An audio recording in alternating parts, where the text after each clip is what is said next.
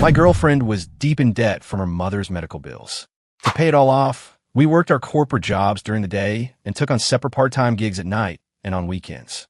On this particular day, I was dressed as a male ghost, hiding in the corner of a haunted escape room, ready to scare the next group of customers as planned. Soon enough, a man and a woman stumbled in, their clothes a mess, locked in a passionate kiss.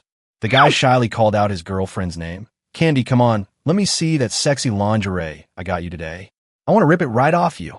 "You've already torn 7 pairs today," she cooed. "I'll have nothing left to wear, and I still have to go to the Drake for your mom's birthday party tonight." I thought it was just a coincidence, since Candy's mother was in a vegetative state, lying in a hospital bed. But the next second, the woman spotted me. She threw her still warm panties and a thick wad of cash right at my face. "Shut your damn eyes and get out." A warm trickle of blood ran down from my temple, but I was frozen to the spot, because that voice belonged to none other than the girlfriend I had loved for 3 years. "Sonny, what are you still standing there for? Don't interrupt Ms. Anderson and her boyfriend. Get out of there now." My manager's frantic voice crackled through my earpiece, snapping me back to reality.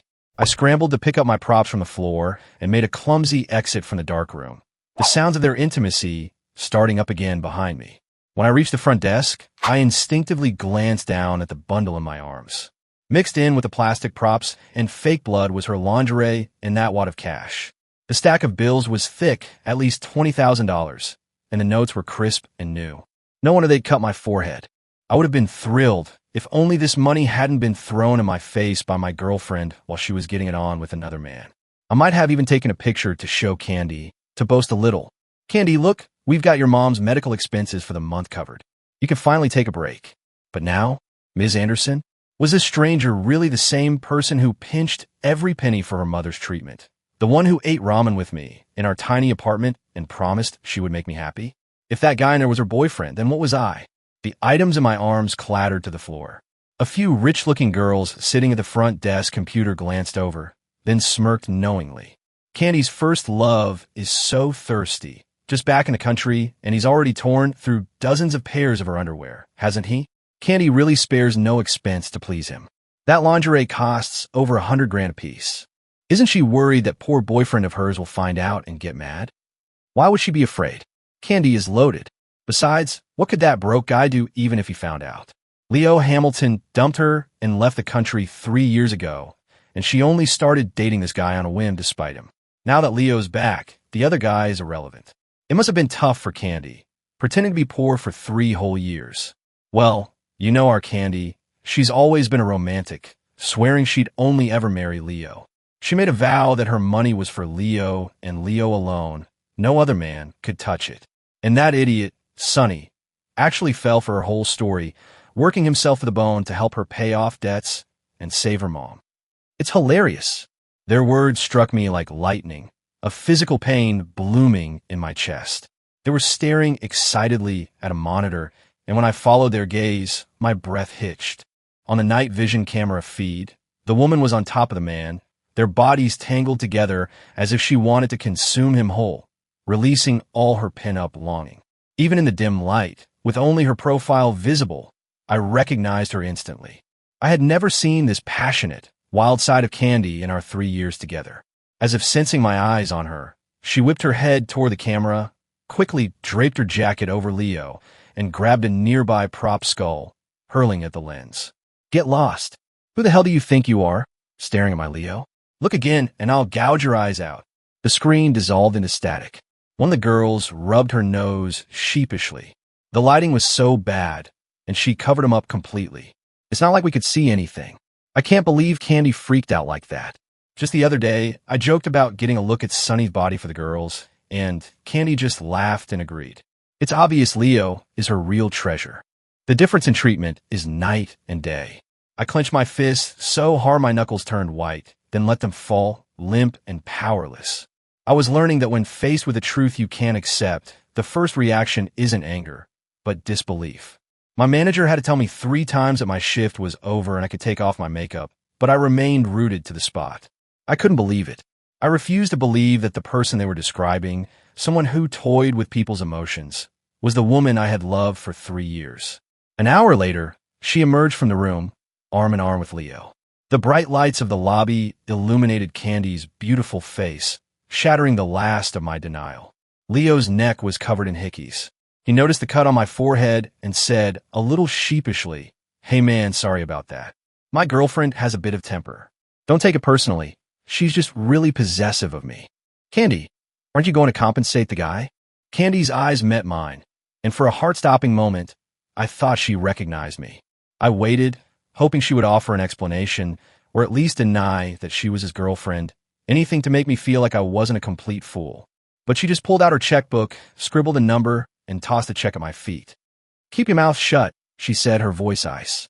"If I hear you've been running your mouth and damaging Leo's reputation, I'll make you regret it." After 3 years together, I could recognize her silhouette in complete darkness. Yet here I was, standing right in front of her, my face covered in stage makeup, and all she cared about was warning me not to tarnish her boyfriend's name. Did she truly not recognize me? Or had I never really mattered to her at all?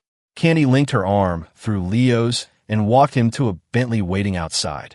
She thoughtfully opened his door, made sure he was buckled in, and then drove away. She never gave me a second glance. I watched the custom Rolls-Royce with a vanity plate drive off, a bitter taste filling my mouth. We couldn't afford a car because we were supposedly paying off debts and saving for her mom's medical care. All we had was a beat-up electric scooter. Countless times when a luxury car drove past, Candy would point and tell me, "Sonny, just you wait. One day, I'll get you a car like that. My passenger seat will always be yours and yours alone." Back then, I felt like I could ride that scooter for the rest of my life and still be the happiest man alive, as long as I had her promise. Well, now she had the luxury car, but I wasn't the man in the passenger seat. Back home, after washing off the makeup, I pulled up the photo of Candy's mother on my phone and stared at the check. The amount written on it was enough to cover a full year of medical bills. "Candy, what other secrets were you hiding from me?" I heard a key in the lock and quickly stashed the check out of sight. "Sonny, I got paid for my part-time job. I bought your favorite strawberries. Come have some." Her smile froze when she saw the cut on my forehead. She rushed over, her eyes wide with concern. "What happened? Does it hurt?" I forced a smile. "Just scraped it, it's nothing. Strawberries are so expensive. You shouldn't have wasted the money." "It's not a waste," she insisted. "Sonny, if I could, I'd give you everything good in this world. You've already had it so tough being with me. The only reason I work so hard is to give my baby a better life." I said nothing. Her sweet words were as convincing as ever. But tonight, mixed with the lingering scent of Leo's cologne on her clothes, they just sounded absurd. Kenny didn't seem to notice my mood. She glanced at my phone screen and laughed. "Most guys are looking at models on their phones. Why are you staring at a sick old woman? She's so old and wrinkly." I froze. "You don't recognize her?" She looked genuinely confused. "No, should I? Is she one of your relatives? We should buy a gift and go visit her sometime." Then she added, "Oh, right, Sonny, I have another late shift tonight, so I have to leave now. I can't stay for dinner. Be good and wait for me at home." "Okay." She ruffled my hair, put on her coat, and left. I stood there, stunned by her words. She was the one who took me to the hospital in the first place. She was the one who pointed to a photo of that comatose woman and told me, with tears in her eyes, that it was her mother. And now she was saying she didn't recognize her? I quietly hailed a cab and followed Candy's car. I watched her go into a luxury department store on the Magnificent Mile and emerge in a designer gown that must have cost a fortune, then followed her to the Drake Hotel. As soon as I entered the lobby, I saw Leo in a bespoke suit, charming and elegant, wealthy-looking woman. The woman's eyes and brow looked vaguely like Candy's. Then Candy herself walked up to them, presented a gift to the woman, and said, "Mom, happy birthday from your daughter." An overwhelming sense of absurdity washed over me, and I couldn't tell if I was more angry or heartbroken. I remembered how worn down Candy had seemed, crushed by the weight of medical bills and debt. Her eyes were always filled with a deep sadness for her supposedly dying mother. My heart ached for her, so I decided to carry the burden with her. For 3 solid years, every waking moment, I wasn't eating or sleeping was spent working to make money. The second my paycheck hit my account, I transferred it all to her. I often went hungry, filling my stomach with water, and even fainted in my office a few times because I couldn't afford to see a doctor. And now I knew it was all a lie, even the dying mother. Her sadness, her exhaustion. It was all because Leo had left the country. All the hunger I endured, all the sweat I poured out, what was it all for? It was a fucking joke. Halfway through the party, Candy's mother made an announcement. Thank you all for coming to this old woman's birthday celebration. I also have some wonderful news to share. My Candy and Leo have been sweethearts since childhood, and their love is true. Now that Leo has returned to the States, we will be holding their engagement party in 3 days. I hope you all can be there.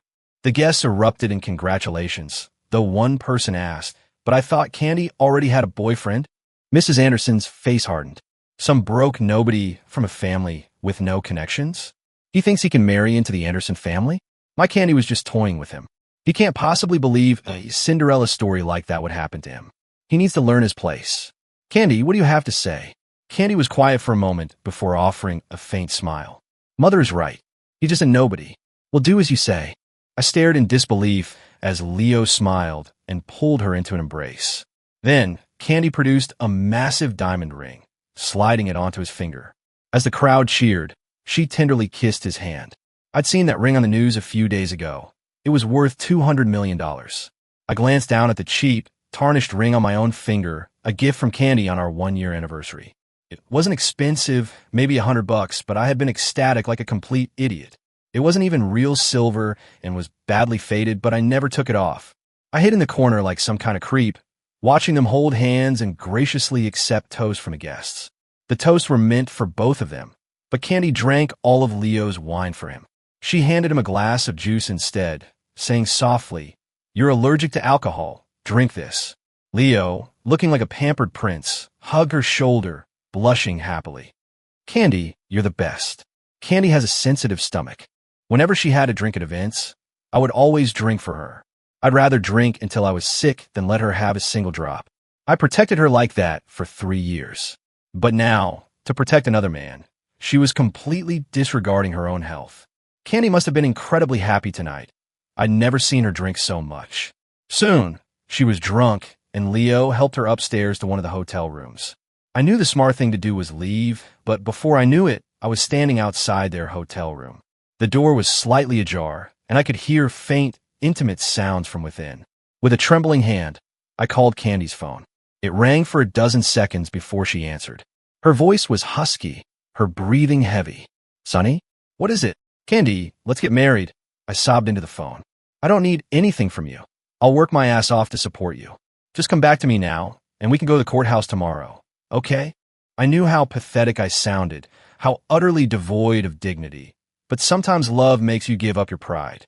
Just stop what you're doing, come out of that room, and come back to me, and I can pretend none of this ever happened. Candy was silent for a moment, then gave a weary laugh. "You silly boy, why are you crying? I never said I wouldn't marry you. But my mother is still in the hospital. I'm not in the right headspace to get married, and I don't want you to bear all the burden alone. When she gets better, and I've saved up more money, we'll buy a house and a car, and I'll give you the beautiful wedding you deserve. Be good, just wait for me a little longer. My shift tonight is going to run really late, so I won't be coming home. Make sure you lock the door. I'll bring you a treat when I get back." She suddenly let out a sharp, stifled gasp and quickly hung up. At that exact moment, the sounds from inside the room became louder, more explicit. I lowered my phone, numb, as tears streamed down my face. On the way home, the sky opened up in a downpour. The rain washed over my face, mingling with the endless flow of tears. I suddenly felt exhausted, my head growing heavy. Right before I collapsed and lost consciousness, I had one clear thought. "Candy, I'm done waiting for you." When I opened my eyes again, it was evening, 2 days later. I was in a hospital bed. A nurse told me a good Samaritan had found me and brought me in. I checked my phone. There were no messages from Candy. Before, no matter how busy she was, she always sent a goodnight text and a reminder to eat breakfast in the morning. A couple of nurses were whispering over their phones, their voices filled with envy. "Did you hear? The heiress to the Anderson Corporation is getting engaged to the Hamilton family's son. Apparently, she's been in love with him since they were kids. Last night, she bought out the entire city's fireworks supply to propose to him. It was more than that. There was a drone show, too, like 1,000 of them. I heard Ms. Anderson designed the whole thing herself for him. I'm so jealous I could die." I was still reeling when my phone rang. It was the manager from one of my other gigs. "Sonny, I've got a client throwing a bachelor party tonight. They need a costume performer, and the pay is excellent. I know you need the cash, so I put my own reputation on the line and recommended you. Don't screw this up for me. I wanted to say no, but this manager had always been good to me, always offering me the best gigs first. I didn't want to put him in a tough spot, so I agreed.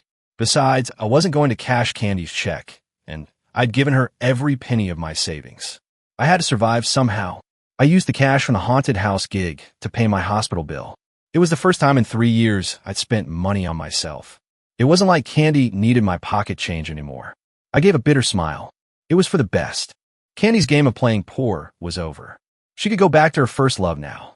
They were the perfect match, from the same world of wealth and privilege. We were never meant to be. The past 3 years were just a bittersweet dream. Now that I was awake, it was time for us to go our separate ways. I just never imagined that the client throwing the bachelor party would be Leo Hamilton.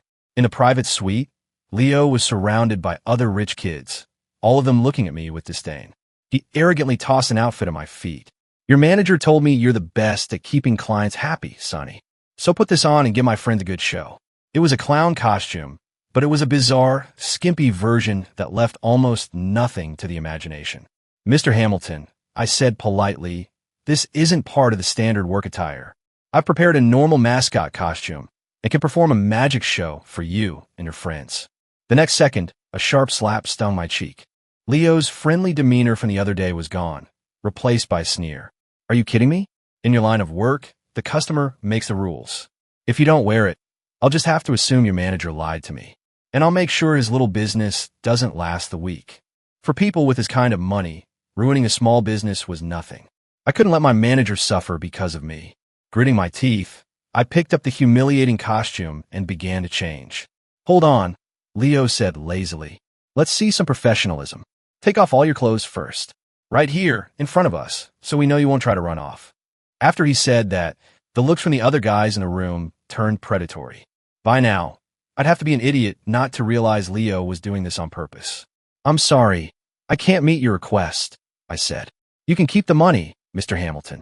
Please find someone else. I turned to leave, but two of his friends grabbed me and held me fast. One of them kicked the back of my knee, forcing me to the ground in a wave of pain.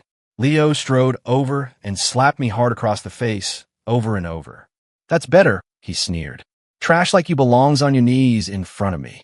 He yanked my head back by my hair, forcing me to look at him. Candy told your mom was dying and she was drowning in debt, right? It was all a lie to fool a moron like you. And you actually fell for it, you pathetic doormat. You were just some random guy she picked up to make me jealous. And you had the nerve to call her, asking her to marry you? Who the hell do you think you are? All that money you gave her these past 3 years? She spent it on me. Every time I'd text her back, she'd send me a $10,000 gift. Your money ran out fast, so Candy had to start using her own. You can't even be a proper sugar daddy, can you? Is this the pathetic body you used to get Candy into bed? Well, tonight you can put a good use. My friends here will be more than enough for you. Strip him. His friends started tearing at my clothes. I fought back as hard as I could, but Leo, annoyed by the struggle, grabbed a nearby bottle and smashed it over my head. Warm blood streamed down my face, blurring my vision. My head swam. Just as my shirt ripped, the door flew open with a loud crack. What the hell are you doing? Candy kicked the guys away from me and reached down to help me up, but I shoved her hand away. I looked at her expensive designer dress and laughed. A hollow, broken sound. Candy, was it fun? Was it fun messing with me? I wasn't. Shouldn't you be at your shift at Popeyes right now? What kind of fast food joint has its employees wearing $1,000 dresses? I doubt your entire day's pay could even cover the cost of a single thread on that thing. Candy was speechless. Leo sneered. You got a good eye. What? Now that you know she's rich, you're trying to cash in. I knew it. No one's that stupid. You must have known who she was all along, just sticking around shamelessly, hoping for your own Cinderella story. How pathetic. Rage and despair flooded me. All I did was fall in love with someone and try to help her through a hard time. I never played with anyone's heart. Why did I deserve this humiliation? I couldn't take it anymore. I slapped Leo across the face. Candy immediately tensed, shoved me back, and pulled the whimpering Leo into her arms protectively. Sonny, are you insane? How could you hit him? I laughed a bitter, angry sound and pointed to the gash on my forehead. He smashed a bottle over my head, and I give him one slap, and this is how you react? Candy, are you done playing your little game of being poor? We're over. I turned to walk away, but she instinctively ran after me, grabbing my wrist. Sonny, don't go. Leo immediately cried out, his voice thick with tears. Candy, you're carrying my baby. Your mother is waiting at home for us to celebrate. Candy's gaze faltered. After a long moment of hesitation, her hand fell away from my arm. Sonny, don't do this to me right now, she said. Go home and wait for me. I'll come by tomorrow and explain everything. With that, she took Leo's hand and walked away. I watched her leave and gave a hollow laugh. Tomorrow? Tomorrow is your engagement party. No, wait. You're pregnant with a child. You can probably skip the engagement and go straight to the wedding. My manager sent me a text. Sonny, the client was very satisfied with your performance. Here's your payment. The amount that appeared in my account was huge. Leo was certainly generous with his money. Candy's iMessages started flooding in. Sonny, it's not what you think. Once I get through all this, I promise I'll explain everything. Please, just wait for me a little longer, okay? I had already waited 3 years. I wasn't going to wait any longer. The clock struck midnight. It was our 4th anniversary, and she was marrying another man. I sent her one last text. Candy, congratulations on your engagement. A second later, my phone started ringing with her name. It rang and rang, until a voice next to me said, How is it that every time I see you, you're injured? I turned to see Chloe Davis standing beside me. She glanced at the fresh wound on my forehead, sighed with a hint of resignation, and guided me into her car. She ran into a nearby pharmacy and came back with antiseptic and bandages. As Chloe cleaned my wound, Candy's call came through again. You're not going to answer? Chloe asked. I shook my head, a bitter smile on my face. What's the point? So she can lie to me again? I'm so tired. Besides, tonight, she's probably busy with Leo and their baby. Chloe didn't say anything else, just quietly finished bandaging my head. I had first seen her on the night of the escape room incident. She was one of Candy's friends. But while the others had been crowded around the monitor, laughing, she had been sitting quietly on the couch. After Candy and Leo left, she had walked over to me, glanced in disgust at the lingerie and cash on the floor, and said, Don't stand near that trash. She doesn't deserve you. I asked Chloe if she had recognized me that night. She just smiled. I've dropped Candy home a few times. I saw you from a distance. See? She recognized me after just a few glimpses from afar. But the woman I'd been with for 3 years couldn't. I gave Chloe the check from Candy. I asked her to cash it and give me only the amount I had given Candy over the past 3 years. I told her to return the rest. She had lied to me for 3 years. Taking back what was mine made us even. I bought a ticket for the next red-eye flight out of Chicago, and Chloe drove me to O'Hare. Before we left the apartment, she asked, You're not taking anything? I looked around the tiny apartment that had been my home for 3 years. Every object was tied to a memory of Candy. No, I said, it's better to make a clean break. Candy's calls and texts were flooding my phone. I didn't read them. I just blocked her number and all her social media accounts and headed for the airport. Meanwhile, back at the Anderson estate, Candy was impatiently listening to a report from her private physician. The report was simple. Leo was fine, and she wasn't pregnant. Her missed period was just due to stress-induced hormonal imbalance. After the doctor left, Candy tried to iMessage me again, only to find she was blocked. When she tried to call, all she got was a busy tone. Candy's expression changed. She thought about my last text message and couldn't figure out how I knew about the engagement. Finally, losing all patience, she turned to leave. But as she reached the door, Chloe Davis blocked her path. Don't bother looking for Sonny. He's already left Chicago, and he has no intention of ever seeing you again. Candy frowned. What are you talking about? You think my boyfriend would leave town without telling me? Who are you to say he doesn't want to see me? Chloe shrugged. I know because I'm the one who drove him to the airport. He left right after you abandoned him to go celebrate with your precious first love. Candy, you don't deserve Sonny. What the hell are you talking about? Candy snapped. Sonny is my man. What right do you have to send him away? Chloe let out a cold laugh and tossed a suitcase at Candy's feet. It wasn't zipped all the way and stacks of cash spilled out. Your man? Is Sonny your man, or is Leo your man?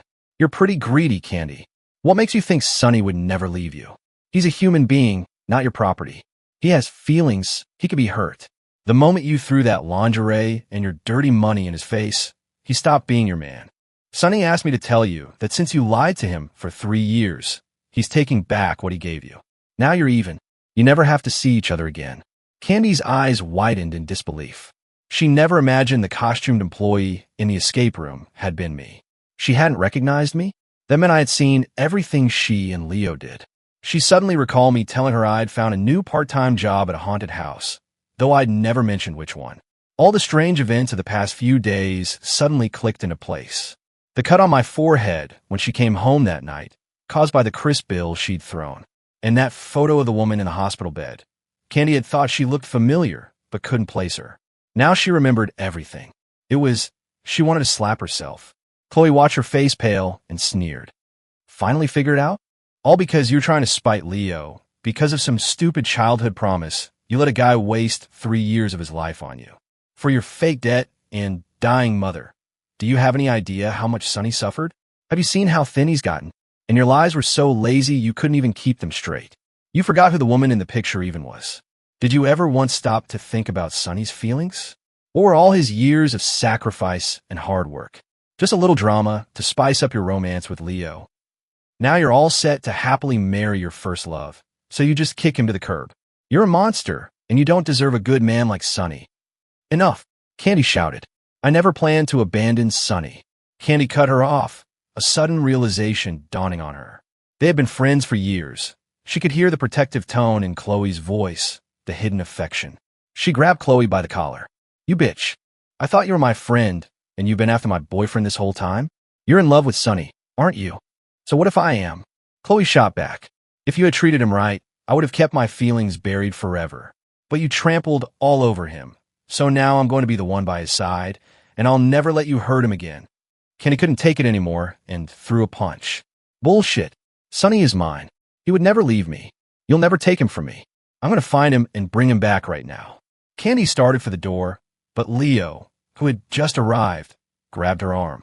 Candy, where are you going? Our engagement party starts in a few hours. You're not really going after that nobody, are you? To his shock, Candy slapped him hard across the face. Shut your mouth. You don't get to call him that. Don't think for a second I don't know why Sonny was at your party, or what you tried to do to him. Leo, we were over the day you left me and moved abroad. You know exactly why we slept together and why this engagement is happening, so don't push me. I'm going to find Sonny now, and since I'm not pregnant, we can just postpone the party. Mrs. Anderson, who had been standing nearby, spoke, her voice cold as steel. Candy, have you forgotten your promise to me? If you walk out that door today, you are no longer an Anderson. There are plenty of cousins who would be thrilled to inherit the corporation. Are you sure you want to postpone? As long as you fulfill your end of the bargain, I won't interfere in your personal life afterward. Candy froze, her fists clenched at her sides. She didn't say a word, but the fact that she didn't leave spoke volumes. Mrs. Anderson smiled, satisfied. Leo threw his arms around Candy in delight. Only Chloe looked at her with pure contempt. Chloe took out her own checkbook, scribbled a number just as Candy had done to me, and tossed it at her feet. Congratulations, Ms. Anderson. I won't be attending the party, but here's my engagement gift. But remember this, Candy. You just gave up your last chance. I hope you don't live to regret it. Candy watched her go, her knuckles white. She screamed silently in her mind. No, this isn't the last chance. Sonny would never abandon me. I just need more time. After I marry Leo, have the Anderson heir, and take control of the corporation, I'll find Sonny. And then, no one will ever be able to keep us apart. I had just landed in Santa Barbara, a small coastal city, when a Twitter notification popped up on my phone. Hamilton and Anderson families announce union. Candy must have been in a hurry to marry Leo. The engagement party had been turned into a full-blown wedding.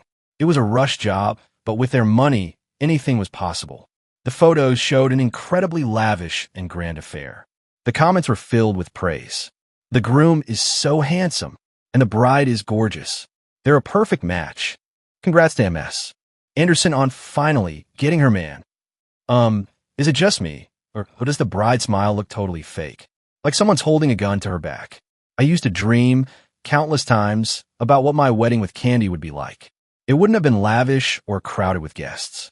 I wanted it to be on a beach because I'd never seen the ocean. The girl I loved would walk towards me holding a bouquet, and we would start our future together. Now, here I was, finally seeing the ocean, and she was married. But we weren't with each other. With a few $100,000 in my account, and no need to work myself to death anymore, I decided to start a small business. I looked at a lot of properties, but the rent was steep, and after factoring in renovations, my budget was tight. Just when I was about to give up, a realtor called me. He said there was a small coffee shop and bookstore right on the beach, and the owner was looking to sell for a ridiculously low price. A coffee shop and bookstore in one? It was exactly what I wanted. I rushed over to see it and found the place was perfect. The decor was exactly my style, no renovations needed. It even had a second floor with several rooms, big enough to run as a small inn. Most importantly, the price was so low it felt like a scam. On the day I went to sign the papers, the owner finally showed up. I stared at her in shock. "Chloe, this is your place." Chloe smiled and nodded. "Yeah, I've had it for a while. You know my family's business is huge, so I can't really give this little shop the attention it deserves. I wanted to sell it cheap to someone I trust. It's perfect that you're here. Think of it as doing me a favor. I put a lot of work into this place, and I'd hate to sell it to a stranger. I'm on vacation for a while, and was hoping to relax by the beach. You wouldn't mind if I took one of the guest rooms upstairs, would you?" I glanced at the brand new furniture, which looked like it had just been installed. But rich people were eccentric, so I just nodded and signed the contract without a second thought. A few months later, news that the Anderson Corporation CEO was pregnant was all over Twitter. The photos showed Candy leaving a clinic with a blank expression, while Leo beamed happily beside her. Seeing the news, I felt surprisingly little. Chloe had said she was only staying for a few days, but she ended up staying for over 6 months. Usually, I'd be at the counter running the numbers while she read in a corner. When it was time to eat, she would always cook, calling it her rent. I felt a little awkward about it, since she'd sold me the place for next to nothing, but I had to admit, she was an amazing cook. Come to think of it, Candy had never once cooked for me. I was always the one taking care of her. Whenever I asked Chloe if she needed to get back to work, she would just laugh. "My sister is running the family business, and I could do my job remotely. Besides, I don't dare go back. My sister says it's embarrassing that I'm still single. She threatened to disown me if I don't find her a brother-in-law soon, so I'm really trying my best." I caught the hint in her words, and my cheeks grew warm. From that day on, something shifted between us, and we grew much closer. Several more months flew by. One day, 2 teenagers came into the shop, whispering excitedly. "Hey, did you hear? The CEO of the Anderson Corporation had her baby. It's a boy, super cute. Too bad about her husband, though. I mean, having a baby is supposed to be happy news, but he had a sudden mental breakdown and got sent to a psychiatric hospital. And get this, old Mrs. Anderson had a massive stroke yesterday. Her face is all twisted. She can't speak or move. They said she'll have to spend the rest of her life in a nursing home." My hand shook, and I spilled scalding water on myself, hissing in pain. Chloe rushed over and ran my hand under cold water, her face etched with so much concern you'd think she was the one who'd been burned. "It's fine," I teased. "I'm not that fragile." She gently kissed my fingertips. "Yes, you are," she said stubbornly. "You have to be. Otherwise, what's the point of me being here?" I smiled, a little embarrassed, but didn't pull my hand away. Some things between us had been left unsaid for a long time, but they were understood. The next moment, a familiar, furious voice cut through the air. "What do you think you're doing?" It was Candy. I hadn't seen her in over a year, and she looked more formidable, more mature. She had lost her youthful softness. Her eyes were sharp, but there was a dark, oppressive energy about her now. The 2 teenagers in the corner gasped, their eyes wide with excitement. Is that the CEO of the Anderson Corporation? She's even prettier in person." Candy shot them a glacial look. "Get out." Her voice was so cold and menacing that the boys' eyes welled up with tears, and they scurried out of the shop. "You found her, Ms. Anderson, you just scared away my customers." Her eyes were fixed on my hand, still held in Chloe's. She spoke through gritted teeth. "Chloe, you have 3 seconds to let go of his hand, or I swear I will hurt you." Chloe's grip only tightened. She smiled defiantly. "Why should I let go of my boyfriend's hand? What are you going to do about it, Candy? Are you going to have me committed to? Lock me up in a mental hospital? Or maybe a nursing home? You've lost your humanity, Candy." My eyes widened in shock. I couldn't believe Candy was responsible for what happened to them. But I thought she loved Leo. Why would she do that? The word boyfriend seemed to set Candy off. She lunged forward like a wild animal and punched Chloe square in the face. Chloe, whose first instinct was to shield me, stumbled back, blood trickling from her lip. When Candy raised her fist again, I jumped in front of Chloe. "Candy, what the hell is wrong with you?" Her fist stopped inches from my face. She stared at me, her eyes wide with disbelief. Sonny, you're protecting her. Don't be ridiculous, Ms. Anderson. Who am I supposed to protect, if not my own girlfriend? You. Candy's face went white. She grabbed my wrist, her grip desperate. No, that's impossible. I'm your girlfriend. You love me, remember? Sonny, I know you're just angry with me. I admit it, okay? In the beginning, I couldn't get over Leo and the promise I made to him, so I lied to you. That was wrong, and I'm sorry. But after 3 years together, I really did fall in love with you. But my mother would never have accepted you. She threatened to disinherit me, forcing me to marry Leo and produce an Anderson heir. It was the only way she would ever allow me to be with you. I had no choice. I had to sleep with him, hoping to get pregnant as fast as possible. If I lost my inheritance, I'd have nothing, and I could never give you the life you deserve. But it's all over now. I have the corporation, I've had the heir, I've had Leo committed, and I've filed for divorce. My mother can't threaten me anymore. We can finally be together forever. Sonny, I did it all for you. Hearing her twisted logic, all I could feel was a sense of profound absurdity. I pulled my hand from her grasp. But Candy, I said softly, when we were together, you had nothing. And you know what? I was the happiest man alive back then. I never wanted anything from you. All I ever wanted was to be with the person I loved, to have honesty and trust, without lies or betrayal. I would have happily spent the rest of my life in that tiny apartment with you. But you took my love and you trampled all over it. You say you did it for me, but you did it for yourself. You're the kind of person who can enjoy playing poor for a while, but you could never actually stand to be a normal person. I was just the excuse you used to justify everything you did. My words hit their mark. She swayed on her feet. But I do love you, Sonny, she pleaded. Can't you just forgive me this once? I gave a tired smile. Candy, you don't realize how many times I've already forgiven you. That night at the haunted house, I was willing to forgive you if you just denied being his girlfriend. That night at the hotel, I was standing right outside your door when I called you. I was ready to take you back, to forget everything, if you had just come out to me. But you didn't. Do you have any idea how much I hated myself for being so pathetic? Now, I'm done throwing away my self-respect for anyone. Go home, Candy. Take care of Leo. Raise your son. You've already destroyed one man's heart. Don't destroy another's life. In the end, Candy left. Before she did, she left a portfolio of asset transfer documents on the counter. I knew it was her attempt to compensate me. Chloe picked them up, tore them into tiny pieces, and threw them in the trash.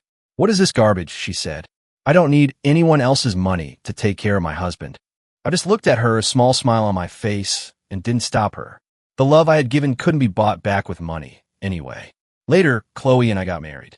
We had children, and then grandchildren, and lived a long, happy life together. Kenny never got back together with Leo. She raised their son alone, and eventually, she bought the entire apartment building where she and I had once lived. After turning the corporation over to her son, she moved into that tiny apartment. Candy became a recluse, refusing all visitors. They say she spent her days just staring at a stack of old, faded photographs, and eventually, she died there, all alone.